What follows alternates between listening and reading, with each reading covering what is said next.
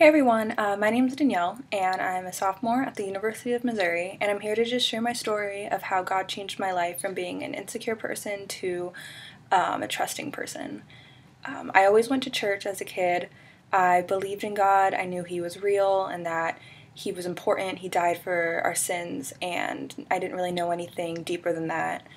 And as a kid, I was really quiet and shy, and it didn't help forming friendships having those kind of traits. So it was difficult for me, making new relationships, finding new friends, and it was kind of my biggest insecurity. Even now, I struggle with it.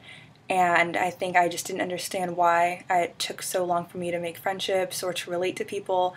My brother and sister could do it so effortlessly. So as a younger kid, I just thought it would be easier to just mold myself into who I was hanging out with and to change myself.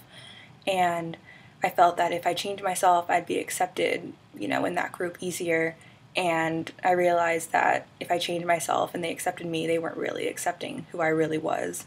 And it didn't really hit me until my lowest point in college was when I first moved out here, moving away from home, not knowing anyone, brought back all those insecurities, and I started hanging out with that kind of crowd that lives the college lifestyle of indulging in drinking and drugs and hookups to have fun.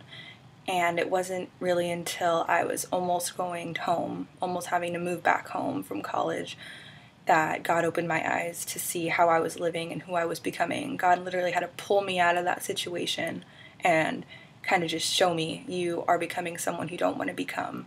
And I was so blessed to have a second chance of coming back here and just kind of straightening out my life.